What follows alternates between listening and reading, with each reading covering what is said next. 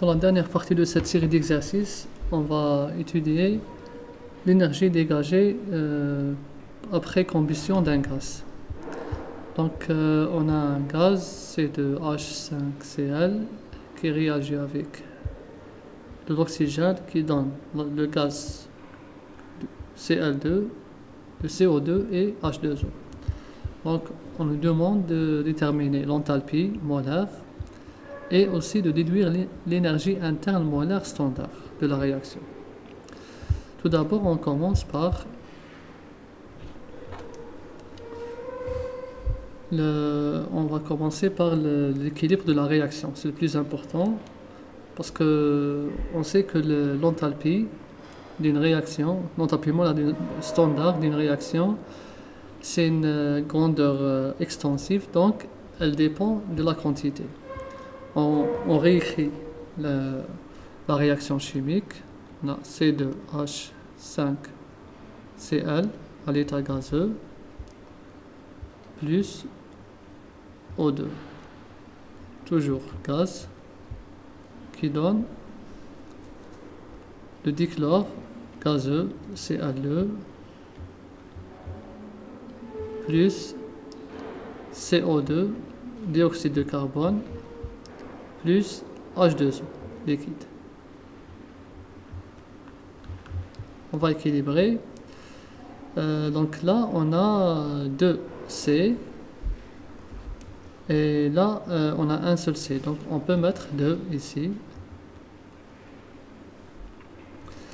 Ensuite, on va voir le nombre de H. Ici, on a 2 H. Donc, c'est pas possible d'avoir pour 5. Donc, de préférence, on va mettre fois 5 ici. Donc 5, donc on aura 10 H.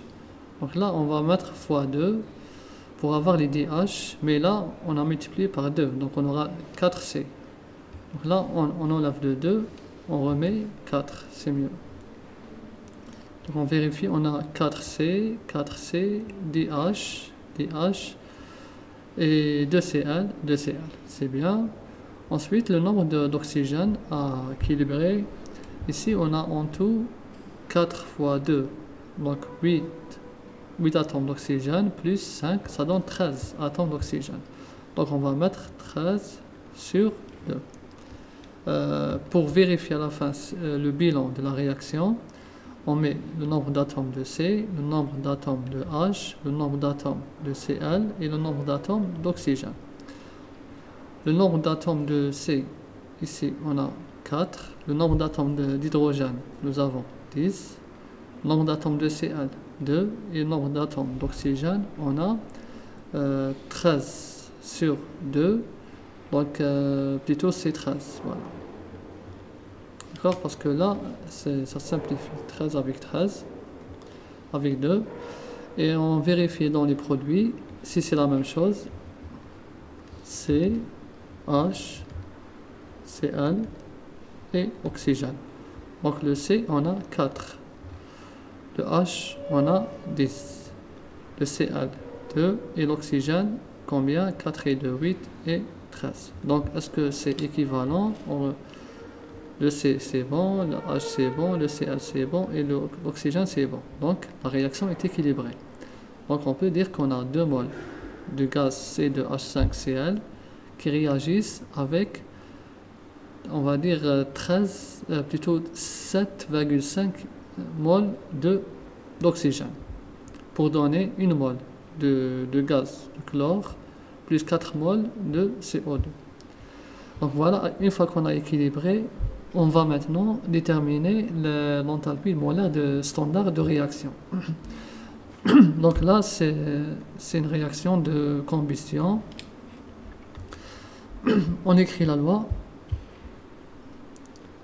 Delta H, la réaction est égale sigma des produits nu delta H de formation moins toujours sigma, mais là c'est les réactants nu delta H de formation. Vous pouvez vérifier la Pleiades pour faire juste un rappel thermodynamique ou bien thermochimie allez-y à la playlist Introduction à la thermodynamique et allez-y aux vidéos de thermochimie.